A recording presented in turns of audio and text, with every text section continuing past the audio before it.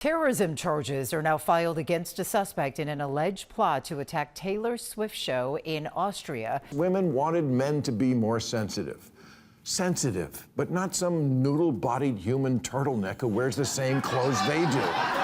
Buckle up because the headlines are serving everything from pop star chaos to NFL cliffhangers. First up, Taylor Swift's Vienna concert scare has officially turned criminal, with prosecutors hitting the alleged suspect with serious charges. Then, flipping channels to late night, Bill Maher had everyone laughing as he roasted Travis Kelce and Taylor's exes, turning Swift's dating life into primetime comedy gold. Well, one thing leads to another, and she winds up fucking a guy who's half bull. Which brings me to Taylor Swift. And speaking of Kelce, his retirement dilemma got real emotional with Mom Donna stepping in to share her perspective. You know, I just want him to do what he feels comfortable doing. He's got to talk to people that are in his life and decide what he wants to do. So I'm not sure. We'll see what happens. Finally, Travis opened up about the Chiefs' move from Arrowhead, blending nostalgia, business, and what might be his final NFL chapter. I think it's going to be unbelievable once it's finally set in stone, but it is going to be kind of heartbreaking knowing that the Chiefs are going to move away from Arrowhead. So what was supposed to be glitter, guitar bridges, and 70,000 people scream singing Cruel Summer in Vienna turned into something straight out of a geopolitical crime series. The Taylor Swift Vienna concert terror scare. It's no longer just a headline from last summer. It's now a full-blown criminal case moving forward in court, and the details are heavy. Austrian prosecutors have officially charged a 21-year-old suspect in connection with the foiled plot targeting Taylor's Eras Tour shows in August 2024. The suspect, identified by local media as Biran A., allegedly went down a dark internet rabbit hole and obtained instructions on how to construct a shrapnel bomb using triacetone triperoxide, also known as TATP. And if that name sounds ominous, that's because it is. Authorities claim he wasn't just scrolling for fun. They say the preparation was serious. He was arrested just ahead of Taylor's scheduled performances at Vienna's Ernst Happel Stadium, where she was set to take the stage from August 8th to 10th. Those dates were circled on thousands of calendars. Fans had flights booked, outfits planned, friendship bracelets stacked up to their elbows, then, boom, concerts canceled. Not because of rain, not because of vocal strain, but because investigators uncovered what they described as a credible and advanced threat. Terrorism charges are now filed against a suspect in an alleged plot to attack Taylor Swift show in Austria. The suspect is not being named as of yet, but authorities say the person is 21 years old. The alleged plot was to attack a concert in Vienna in 2024. At the time, intelligence insiders indicated the alleged plot aimed to target tens of thousands of concertgoers, including Americans. Officials suggested the plan was disturbingly far along. CIA Deputy Director David Cohen had previously indicated that the arrests were possible due to shared intelligence involving an ISIS-connected group and international cooperation. Translation? This wasn't a random lone wolf fantasy. It was something authorities believed had real teeth, and thankfully they moved fast. And it wasn't just one person. In total, 3 suspects were taken into custody. 2 of them were teenagers, just 17 and 18 at the time. Let that sink in. While most teens are stressing about exams or what to wear to prom, these 2 allegedly got tangled up in something terrifyingly bigger. Investigators haven't revealed every detail publicly, but sources say the case is being treated with the highest level of seriousness under Austrian counterterrorism laws. Naturally, the fallout was immediate. The Vienna shows were scrapped, fans were stunned, social media went into meltdown mode. Some Swifties were heartbroken, others were angry, and then came the questions about why Taylor hadn't immediately addressed the situation publicly. The internet, as it does, had opinions. Months later, in December 2025, Taylor addressed the emotional weight of it all in her documentary, The End of an Era. The film showed her meeting survivors and families connected to a separate Taylor Swift-themed dance party attack, and insiders say she was visibly shaken while filming. She reportedly struggled to hold back tears, but was determined to stay composed when meeting those affected. It wasn't PR polish, it was raw. We've had a series of very violent, scary things happen to the tour. Like, we dodged, like, a massacre. Meanwhile, the Eras Tour kept dominating headlines and breaking records, ultimately wrapping up on December 8, 2024.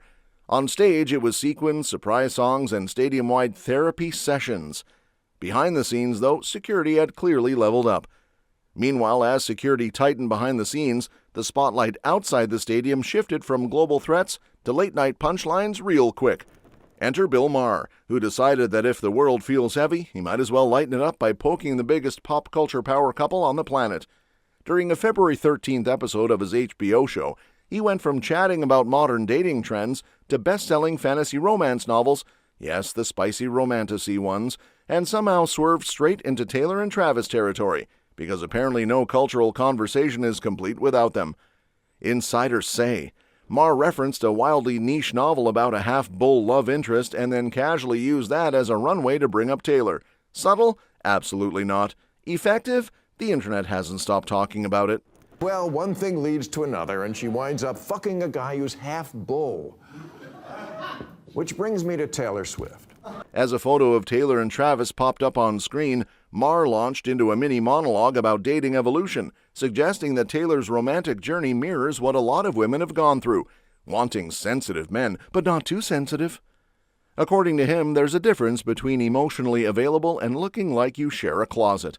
I think Taylor Swift epitomizes the journey that a lot of women have been going through. Yes, women wanted men to be more sensitive. Sensitive, but not some noodle-bodied human turtleneck who wears the same clothes they do. He then joked about how Taylor's songwriting has evolved, implying she moved from calling out questionable ex-boyfriends to landing a very traditionally masculine NFL star. Basically, in Maher's comedic universe, we've gone from indie sad boy vibes to full tight end energy. And yes, the wordplay was very intentional. Taylor Swift went from writing songs about what a dick this guy was to her and what a dick this guy was to her to what a dick this guy has. The audience laughed because that's what late-night crowds do, but online reactions were mixed. Swifties, as expected, clocked in for duty. Some rolled their eyes, some defended her dating history like it's a PhD thesis, and others admitted the joke was cheeky but harmless. Travis, meanwhile, continues to exist unbothered in peak football form, probably more concerned about defensive formations than late-night commentary. Meanwhile, while late-night TV was busy roasting Taylor Swift's dating life, back in the real world, Travis is staring down a completely different kind of cliffhanger, one with pads, helmets, and serious life decisions. The NFL star isn't just dodging defenders anymore, he's dodging the ultimate question: do I retire or keep grinding? And apparently this isn't locker room gossip anymore, it's straight into the family zone. Donna Kelce, Travis's mom, stepped up to give the most wholesome reality check imaginable. She didn't drop a prediction or push him toward any particular path. She basically said, "Kid, do what feels right." It's like a pep talk, but with wisdom seasoned by years of watching your kid get slammed into the turf week after week. You know, I just want him to do what he feels comfortable doing. He's got to talk to, people that are in his life and decide what he wants to do. So I'm not sure. We'll see what happens. At 36, Travis is juggling more than just linebackers. Injuries, playoff heartbreaks, and the mental load of a season that didn't end with the usual playoff sparkle are all hanging over him like a stubborn fog. Even inside the Chiefs, the vibe is equal parts hope and patience. The chairman basically told everyone to chill, the door's wide open, and Travis's decision will be honored whenever he's ready. Insiders add that Travis himself hasn't rushed anything. On his podcast with brother Jason, he's been sharing the human side of it, the part where he just kicks back, puts his feet up, and reminds himself he's allowed to be a regular person for a minute. He still loves football, the spark is there, but reality keeps whispering through the aches and soreness of a brutal career. If his body cooperates, he's game. If not, he's not going to risk it just to satisfy anyone else's timeline. It's adulting at full speed with cleats on. And then there's life beyond the gridiron. Taylor Swift, engagement rumors, and the dream of an off-season wedding are part of this delicate balancing act. Family, health, and personal fulfillment are suddenly sharing real estate in Travis's brain with stats, plays, and game tape. The next chapter of his life? Totally unwritten. For the first time in years, there's space to actually breathe, think, and maybe even Netflix binge without a full playbook in the back of his head. Basically, while the world has been busy scrolling, laughing, or memeing about his love life, Travis is quietly negotiating between what he loves, what his body can handle, and what life beyond football might look like, all while mom's sitting there like the ultimate safety net, reminding him that even a superstar tight end is still someone's kid first. Meanwhile, as Travis wrestles with the big life and football questions, the Chiefs organization is juggling its own drama, this time involving concrete. seats, and a whole lot of Arrowhead nostalgia. Travis recently opened up on his podcast about the team's plans to relocate to a new stadium in Kansas, and his take is equal parts excited and sentimental. It's like moving out of your childhood home, but with 70,000 screaming fans as neighbors. Travis apparently gets the business logic: bigger opportunities, more exposure, and all the shiny perks that come with building a new venue on the outskirts of the city. The owners, they get so much more opportunity getting to the outskirts of the city, and it's hard to argue with those opportunities. And we're dealing with it right now in Kansas City. But his heart, that's still tethered to Arrowhead, with its legendary atmosphere, sea of red, and all those unforgettable Sunday nights.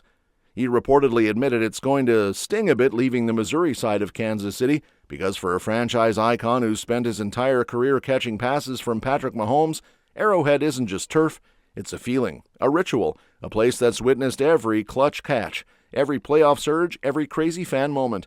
I think it's going to be unbelievable once it's finally set in stone, but it is going to be kind of heartbreaking knowing that the Chiefs are going to move away from Arrowhead and that side of like the Missouri side of Kansas City. And it's just a part of the old, professional sports. The move isn't just emotional, it's logistical chaos for the front office. The Chiefs are already running scenarios for 2026, scouting tight ends in free agency because Travis hasn't fully committed to playing another season. If he steps away, finding a replacement capable of giving Patrick Mahomes the same security blanket on the field is apparently keeping the staff up at night. It's a tricky puzzle, balancing salary cap constraints, potential signings, and the hope that Travis might grace the new stadium with one last heroic season. Fans naturally are buzzing. Some are hoping for a symbolic farewell tour that coincides with the new stadium's debut. Picture Travis Mahomes and Arrowhead's ghosts of seasons past, giving fans one last cinematic moment before the franchise turns the page.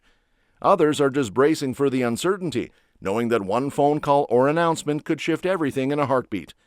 Through it all, Travis is reflective but grounded, aware of the mix of business, legacy, and personal choices. He's weighing the thrill of one more season against the reality of his body, family, and life beyond football. The next chapter for him and the Chiefs is a balancing act between nostalgia and progress, and everyone's watching to see if the tight end legend will catch one more highlight reel before the sun sets on Arrowhead. That's all for this video, folks. We'll see you next time.